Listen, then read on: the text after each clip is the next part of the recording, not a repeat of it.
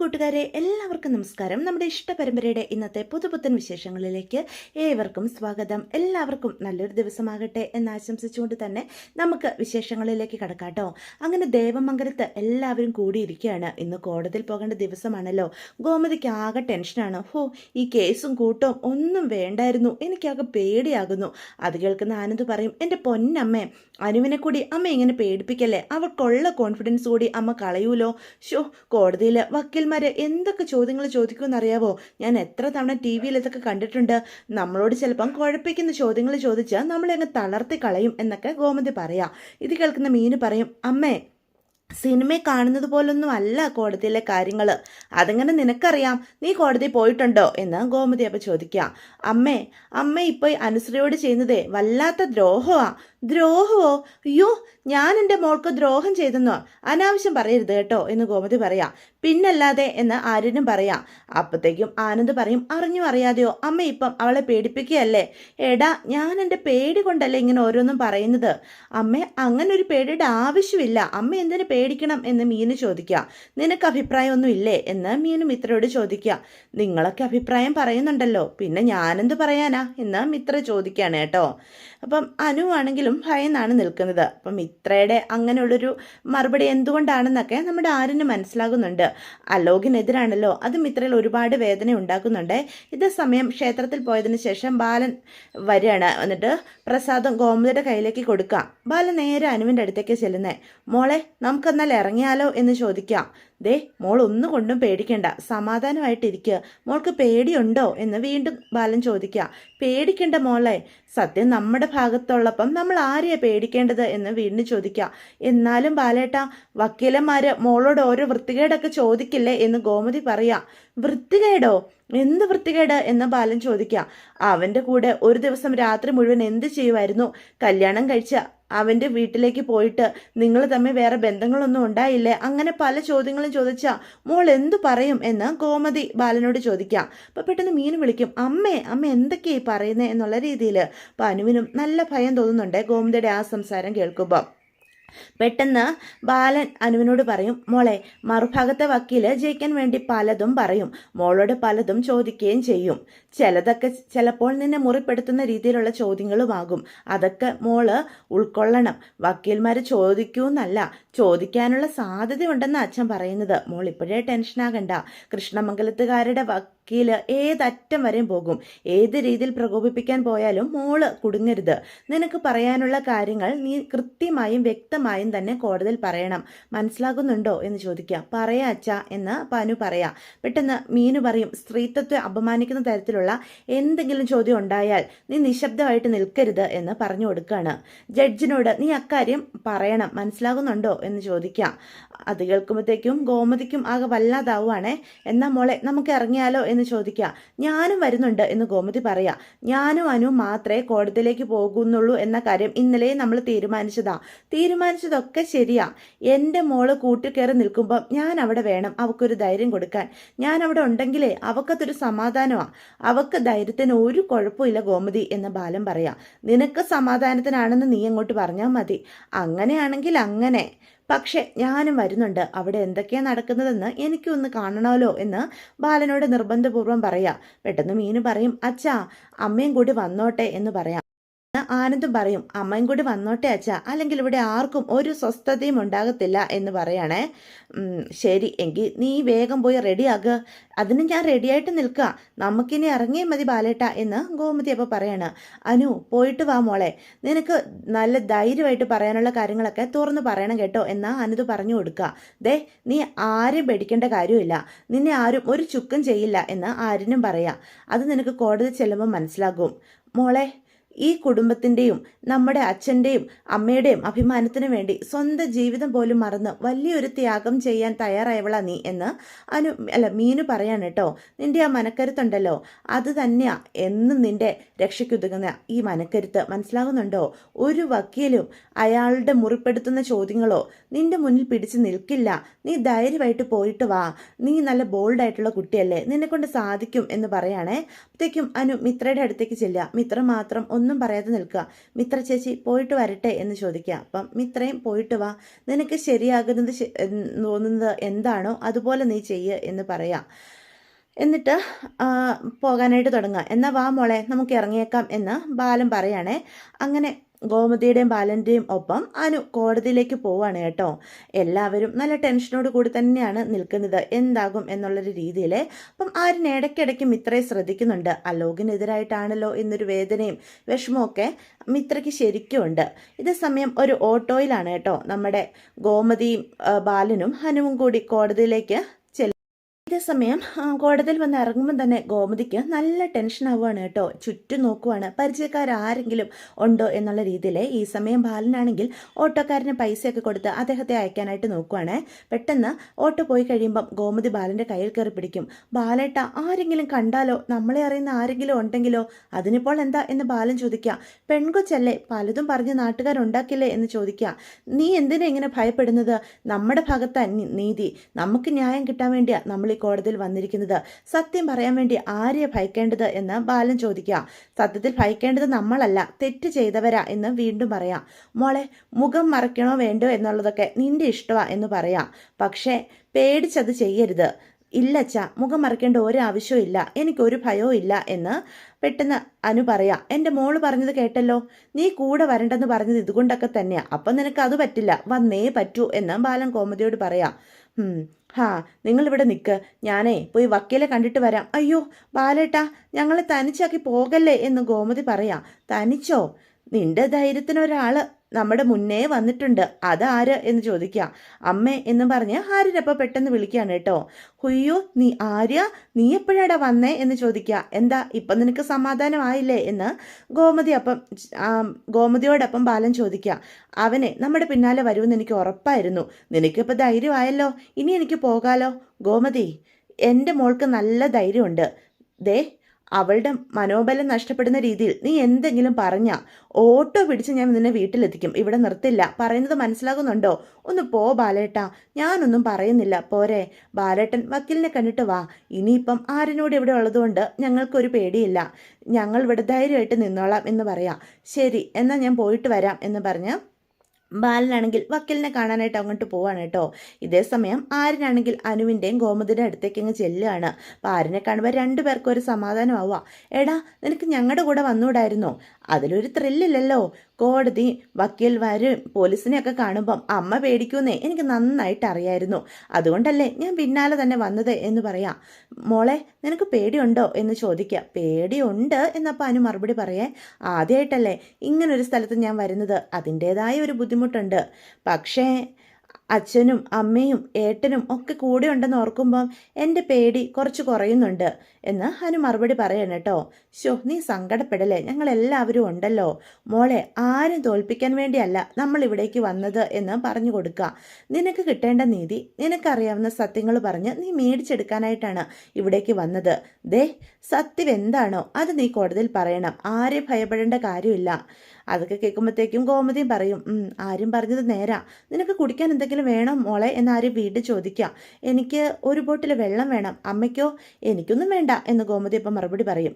എങ്കിൽ നിങ്ങൾ രണ്ടുപേരും ഇവിടെ നിൽക്കുക, ഞാൻ പോയി മേടിച്ചിട്ട് വരാം എന്ന് പറയാം. പെട്ടെന്ന് വരണേ ആര്യ എന്ന് അപ്പം ഗോമതി ആര്യനോട് പറയാണ് കേട്ടോ. അപ്പം അനു ആണെങ്കിൽ ധൈര്യം സംഭരിച്ചൊക്കെയാണ് നിൽക്കുന്നത്.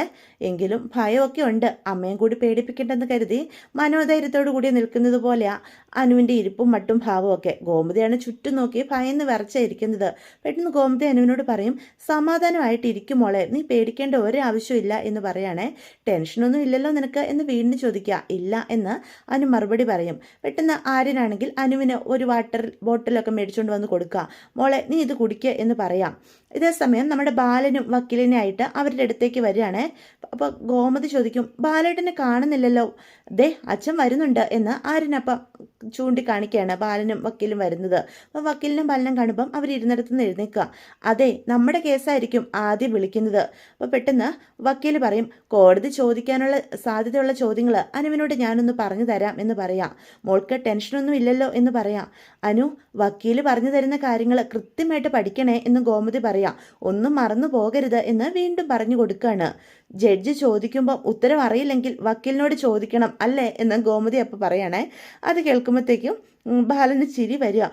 എൻ്റെ അമ്മേ, ഇതെന്താ എക്സാം ആണോ എന്ന് ആരും ചോദിക്കാം. ഞാനൊരു ഓട്ടോ വിളിച്ചു തരാം, താൻ വീട്ടിൽ പോയിക്കോ, അതാ നല്ലത് എന്ന് ബാലൻ പറയും. ബാലേട്ടാ, ഞാൻ പറഞ്ഞത് ശരിയല്ലേ? അല്ല, അവരുടെ വക്കീൽ ചോദിക്കുന്ന ചോദ്യങ്ങൾക്ക് ഉത്തരം അറിയില്ലെങ്കിൽ പൊട്ടത്തെറ്റ് വിളിച്ച് പറയേണ്ട കാര്യമുണ്ടോ എന്ന് ഗോമതി അപ്പം ചോദിക്കാം. നമ്മുടെ വക്കീൽ അവിടെ ഉണ്ടല്ലോ, വക്കീലിനോട് ചോദിച്ചാൽ പോരെ? ചേച്ചി, അങ്ങനെ ചെയ്യാൻ പാടില്ല, അത് കോടതി അലക്ഷ്യ എന്ന് വക്കീലപ്പം ഗോമതിയോട് പറഞ്ഞു മനസ്സിലാക്കാൻ ശ്രമിക്കുക. അനു പറയുന്ന ഉത്തരങ്ങൾക്ക് പിന്നിൽ മറ്റാരുടെയെങ്കിലും സമ്മർദ്ദമുണ്ടെന്ന് കോടതിക്ക് തോന്നിയാൽ കോടതി അതിന് ശിക്ഷിക്കും. അയ്യോ, എൻ്റെ ഗുരുവായൂരപ്പ, ഞാനിത് എന്താ കേൾക്കുന്നേ? ബാലേട്ട, നമുക്ക് ഈ കേസും വഴക്കും ഒന്നും വേണ്ട, നമുക്ക് ഇപ്പം തന്നെ തിരിച്ചു പോകാം എന്ന് ഗോമതി പറയാം. അമ്മ ഒന്നും മിണ്ടാതെ നിൽക്കുമോ? എന്തൊക്കെയായി വിളിച്ച് പറയുന്നത് എന്ന് ചോദിക്കുകയാണേ. പെട്ടെന്ന് ഒരു വണ്ടി അവിടെ വന്ന് നിൽക്കുക. അത് മറ്റാരുമല്ല, കൃഷ്ണമംഗലത്ത് നിന്നും അനന്തനും അച്യുതനും കൂടി വന്നതാണ് കേട്ടോ. അച്യുതനാണെങ്കിൽ നല്ല ടെൻഷനിലാണ് നിൽക്കുന്നത്. അവരുടെ വക്കീലും കൂടെ ഉണ്ട്. അപ്പം അവർ വരുന്നതും വക്കീലിനോട് സംസാരിക്കുന്നതും ഒക്കെ ബാലനും കൂട്ടരും ശ്രദ്ധിക്കുന്നുണ്ട് കേട്ടോ. അപ്പം അനന്തനെ അച്യുതനെ കൂടി കാണുമ്പം നമ്മുടെ അനുവിനും നല്ലൊരു ടെൻഷനൊക്കെ ആകുന്നുണ്ട്. വലിയൊരു വക്കീലാണ് അവരുടെ ഭാഗത്തു നിന്നും വന്നിരിക്കുന്നത്. മറ്റുള്ള വക്കീലുകൾ ആ വക്കീലിനോട് വന്ന് സംസാരിക്കുന്നതും ഒക്കെ ബഹുമാനത്തോടെ ഇടപെടുന്നതും ഒക്കെ നമുക്ക് കാണാൻ കഴിയും. അപ്പോൾ ഗോമതി അവരെ കൂടി കാണുമ്പം അനുവിൻ്റെ കയ്യിൽ പിടിക്കാം. ഞാൻ ഇപ്പോൾ വരാവേ എന്നും പറഞ്ഞ് അവരുടെ വക്കീല് കോടതിയിലേക്ക് കയറി പോവാണ് കേട്ടോ. ഇതേ സമയം അച്യുതനും അനന്തനും ബാലനെ കാണുവേ. ഏട്ടാ, തെങ്ങ് നോക്കിക്കേ, അവർ വന്നിട്ടുണ്ട് എന്ന് അനന്തനോട് അച്യുതൻ പതിയെ പറയാണ് കേട്ടോ. അച്യുതനാണെ താൻ ഇപ്പം തന്നെ വിജയിച്ച് അലോകിനിയായിട്ടേ ഇന്നിവിടുന്ന് പോകുള്ളൂ എന്നുള്ള രീതിയിൽ വളരെ അഹങ്കാരത്തോടു കൂടിയാണ് നിൽക്കുന്നത്. എന്നിട്ട് നേരെ ബാലൻ്റെ അടുത്തേക്ക് ചെല്ലുക. ബാലനോട് 2 വർത്താനം പറഞ്ഞില്ലെങ്കിൽ എനിക്ക് സമാധാനം കിട്ടില്ല എന്നുള്ള രീതിയിലാണ് പോകുന്നത്. പിന്നാലെ തന്നെ അനന്തനും ചെല്ലും. കള്ളക്കേസ് കൊടുത്ത് നീ അകത്താക്കിയ എൻ്റെ മോനെ ഞാനിന്ന് ഇറക്കിക്കൊണ്ട് പോകും കേട്ടോടാ എന്ന് ബാലനോട് പറയാം. അച്യുതാ, നീ ഇങ്ങ് വന്നേ. ഏട്ടാ, ഇവനോട് 2 വർത്തമാനം പറയാതെ പോയാലേ ശരിയാകില്ല എന്ന് പറയാം.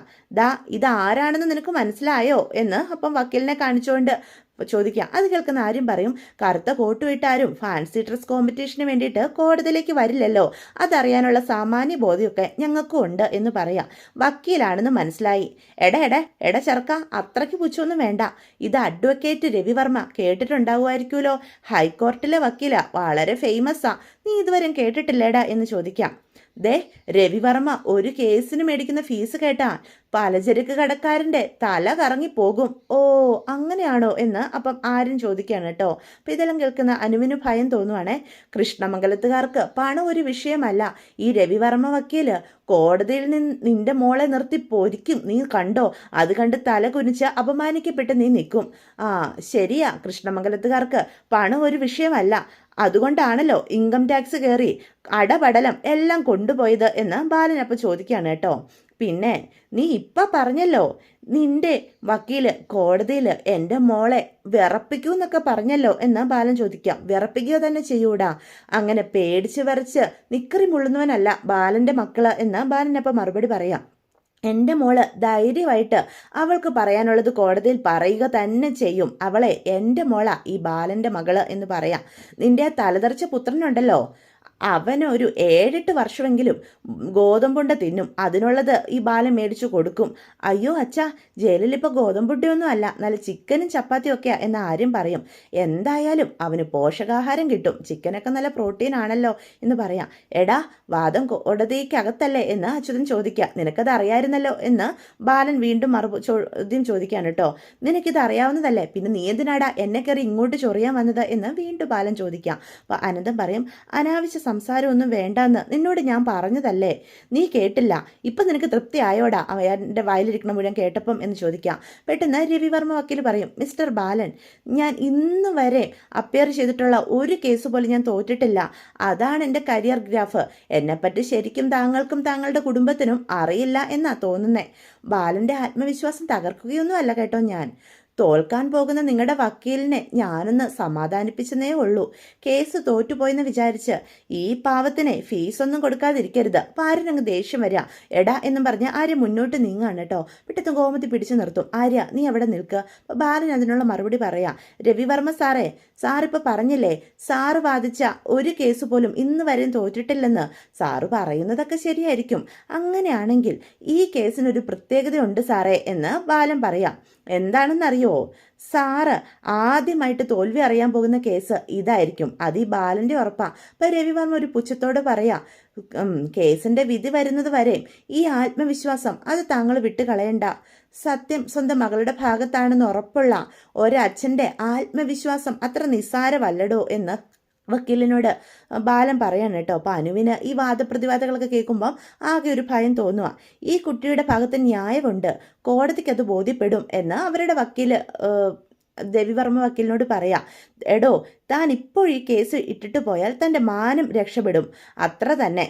ഈ രവിവർമ്മയോട് തോൽക്കുന്നതേ ഒരു അന്തസ്സാ. സത്യം ഒന്നല്ലേ ഉള്ളൂ സാറേ. രവിവർമ്മ സാറിനാണെങ്കിലും എനിക്കാണെങ്കിലും ഈ കുട്ടിക്കാണെങ്കിലും ഒരു സത്യമല്ലേ ഉള്ളൂ. ആ സത്യത്തിനെതിരെ കോടതി മൂടില്ല സാറേ. നമുക്ക് നോക്കാം എന്ന് രവിവർമ്മ സാർ അപ്പം പറയാൻ കേട്ടോ. ആയിക്കോട്ടെ വക്കീലെ എന്ന് പെട്ടെന്ന് ആരിനും പറയാം. പെട്ടെന്ന് അച്യുതൻ അഹങ്കാരത്തോടു കൂടി പറയാം, എൻ്റെ മോനെ ഇവിടുന്ന് പുറത്തിറങ്ങുമ്പോൾ നിന്റെ ഈ പുന്നാര പെങ്ങളുണ്ടല്ലോ, അവൾ അകത്തായിരിക്കും എന്ന് അച്യുതൻ ആരിനോട് പറയാം. അതിനുള്ള പണി എൻ്റെ വക്കീല് നോക്കിക്കോളൂ, ഇയാളെ ഞാനെന്നും പറഞ്ഞ് ആര് മുന്നിലേക്ക് പോവാ. പെട്ടെന്ന് ബാലൻ പിടിച്ചു നിർത്തുട്ടോ. എടാ പുല്ലേ, വിവരക്കേട് നിന്റെ രക്തത്തിൽ അലിഞ്ഞു ചേർന്നിട്ടുള്ളതാ, അത് മാറാനൊന്നും പോകുന്നില്ലെന്ന് എനിക്കറിയാം എന്ന് ബാലൻ മറുപടി പറയാണ്. പിന്നെ എൻ്റെ മോളെ ജയിലിലിടാന്ന് നീ ഒരിക്കലും മോഹിക്കണ്ട. ഞാൻ ജീവനോടുള്ളപ്പം എൻ്റെ മോളെ ശിക്ഷിക്കാൻ ഒരു കോടതിയെ ഞാൻ അനുവദിക്കില്ലടോ എന്ന് പറയാൻ കേട്ടോ. പിന്നെ ഒരു ബാലൻ എന്ന് അച്യുതനപ്പം പറയാം. എന്താടോ, അതിന് വെച്ച് വെള്ളം നീയും നിന്റെ വക്കീലും അങ്ങ് വാങ്ങി വെച്ചേരെ എന്ന് വീണ്ടും പറയാം. ശരി ആയിക്കോട്ടെ, നമുക്ക് കോടതിയിൽ വെച്ച് കാണാം എന്ന് അച്യുതൻ പറയാം. ശരി ശരി എന്ന് ബാലനും പറയാൻ കേട്ടോ. പെട്ടെന്ന് പോലീസുകാരാണെങ്കിൽ അലോകിനെയായിട്ട് വരികയാണ്. ഇപ്പം പോലീസൊക്കെ ഇറങ്ങുന്ന കാണുമ്പം വളരെ ആകാംക്ഷയോട് കൂടി അലോക് ഇറങ്ങുന്നത് നോക്കുവാണ് കേട്ടോ. അച്യുതനും അനന്തനും എല്ലാവരും അലോകിനെ തന്നെ നോക്കുന്നത്. കൈകളിൽ വിലങ്ങളൊക്കെ വെച്ച് ആകെ കുറ്റബോധത്തോടു കൂടിയാണ് അലോക് ഇറങ്ങി വരുന്നത്. നമ്മൾ പണ്ട് കണ്ട അലോകിൻ്റെ ഒരു നിഴൽ മാത്രമാണ് കേട്ടോ ഇപ്പോഴത്തേത്. ആകെ ഒരു മട്ടും ഭാവത്തിലും ഒക്കെ ഒരു മാറ്റമുണ്ട്. ഒരു കുറ്റവാളിയെ പോലെ അലോകിനെ പോലീസുകാർ പിടിച്ചുകൊണ്ട് വരുന്ന കാണുന്ന അച്യുതനും ആകെ സങ്കടം വരികയാണ്. തൻ്റെ മകന് എല്ലാവരുടെ മുന്നിൽ ഒരു തെറ്റുകാരനായിട്ട് ഇങ്ങനെ നിൽക്കേണ്ട അവസ്ഥ വന്നല്ലോ എന്നുള്ള ചിന്തയൊക്കെ മനസ്സിലേക്ക് കടന്നു വരിക. അതുവരെ ബാലനോട് ധാർഷ്ട്യത്തോടു കൂടി സംസാരിച്ചുകൊണ്ടിരുന്ന അച്യുതൻ പയ്യെ പത്തി മടക്കി ഒതുങ്ങി നിൽക്കുകയാണ് കേട്ടോ. അപ്പോൾ സങ്കടം വരിക. അപ്പം അലോക് അടുത്ത് വരുമ്പോൾ മോനെ എന്നും പറഞ്ഞ് വിളിക്കുകയാണ്. അങ്ങോട്ട് നടക്കടാ എന്നും പറഞ്ഞ് സംസാരിക്കാൻ അനുവദിക്കാതെ പോലീസുകാർ അലോകിനെ പിടിച്ചുകൊണ്ട് പോകുക. അപ്പം അലോക് അനുശ്രീയും സൂക്ഷിച്ചൊന്ന് നോക്കുകയാണ് കേട്ടോ. എല്ലാവരെയും നോക്കുന്നുണ്ട്. അപ്പം അലോകിൻ്റെ ആ വരവ് കാണുമ്പം ഗോമതിക്കും എന്തോ പോലെ തോന്നുന്നുണ്ട് കേട്ടോ. ഏട്ടാ, എൻ്റെ മോനെ കൊണ്ടുപോകുന്നത് കണ്ടോ എന്ന് അച്യുതൻ അപ്പോൾ അനന്തനോട് പറയാം. ഇതൊക്കെ നിനക്കറിയാവുന്ന കാര്യമല്ലേ. എടാ, എൻ്റെ മോനെ ഈ അവസ്ഥയിൽ എത്തിച്ചത് നിന്റെ മോളാടാ ബാല എന്ന് പറയാം. നീ നോക്കിക്കോടാ, ദേ ഇവളെ കൊണ്ട് ഞാൻ ഇതിന് കണക്ക് പറയിപ്പിക്കും, ഇല്ലെങ്കിലേ എൻ്റെ പേര് അച്യുതനെന്നല്ല എന്നൊക്കെ പറഞ്ഞ് വെല്ലുവിളിക്കുകയാണ് കേട്ടോ. എന്നിട്ട് അവിടെ നിന്ന് അങ്ങോട്ട് കൂടുതൽ സംസാരിക്കാൻ നിൽക്കാതെ അച്യുതൻ നടന്നു പോവുക. പിന്നാലെ തന്നെ അനന്തനും അവരുടെ വക്കീലും കൂടി പോവുക. അപ്പോൾ ഇതെല്ലാം കണ്ടും കേട്ടും അനുവിന് ആകെപ്പാടെ മടുപ്പായിട്ടുണ്ട് കേട്ടോ. മോള് വാ വക്കീലെ, നമുക്കും പോയേക്കാല്ലേ എന്ന് ബാലൻ ചോദിക്കുക. അങ്ങനെ അവരെല്ലാവരും കോടതിയുടെ അകത്തേക്ക് കയറി പോവാണ് കേട്ടോ. ജഡ്ജിയും വന്ന് സീറ്റിലിരുന്നു. ആദ്യത്തെ കേസ് തന്നെ അനുവിൻ്റെയും അലോകിൻ്റെയും ആണ്. അപ്പം അവർ രണ്ടുപേരും ജഡ്ജിക്ക് മുന്നിലായിട്ട് ഹാജരായിട്ടുണ്ട്. ബാക്കി കൂടെ വന്നവരെല്ലാവരും അടുത്ത് തന്നെ ഇരിക്കുന്നുണ്ട് കേട്ടോ മുന്നിലായിട്ട്. അപ്പം അനുവിനാണെങ്കിൽ ടെൻഷനോട് കൂടി ആകെ വിറച്ചാണ് നിൽക്കുന്നത്. അപ്പോൾ അലോകിനെ കാണുന്ന ഓരോ നിമിഷവും അനുവിൻ്റെ ഉള്ളിലേക്ക് ഭയവാ കടന്നു വരുന്നത്. എങ്കിലും അനു ധൈര്യം സംഭരിച്ച് ഇരിക്കാനായിട്ട് ശ്രമിക്കുന്നുണ്ട്. അപ്പം അലോക് ആണെങ്കിൽ പ്രതിക്കൂട്ടിൽ വന്ന് നിൽക്കുന്ന കാണുന്ന അച്യുതന് ഒരുപാട് സങ്കടമൊക്കെ വരുവാണ്. അപ്പോൾ വക്കീലാണെങ്കിൽ അവരുടെ കേസ് ഫയൽ എടുത്ത് അതിനെപ്പറ്റി വായിച്ചൊക്കെ നോക്കുന്നുണ്ട് കേട്ടോ. അങ്ങനെ കോടതി നടപടികൾ അതിൻ്റെ ഓരോരോ ഘട്ടങ്ങളിലായിട്ട് മുന്നോട്ട് കടന്നുകൊണ്ടിരിക്കുകയാണ്. Case number 118/2026 CW Anushree accused Alok Achyutavarma എന്നിങ്ങനെ വിളിച്ച് പറയാണ് കേട്ടോ അവിടെയുള്ളൊരു സ്റ്റാഫ്. അപ്പം അവരുടെ കൂട്ടരുടെയും വക്കീലും വളരെ സജ്ജമായിട്ട് ഇറങ്ങാനായിട്ട് എന്താ പറയുക ധൈര്യത്തോടു കൂടി മുന്നോട്ട് ഇറങ്ങി നിൽക്കാനായിട്ട് വരികയാണ്. അപ്പോൾ ഇതെല്ലാം കണ്ടും കേട്ടും ഗോമതി ആകെ ഭയന്ന് വിറച്ചാണ് കേട്ടോ ഇരിക്കുന്നത്. ഇതൊക്കെ സിനിമയിലും TV-യിലും മാത്രം കണ്ടുപരിച്ചുള്ള ഗോമതിക്ക് സഹിക്കാനായിട്ട് സാധിക്കുന്നില്ല.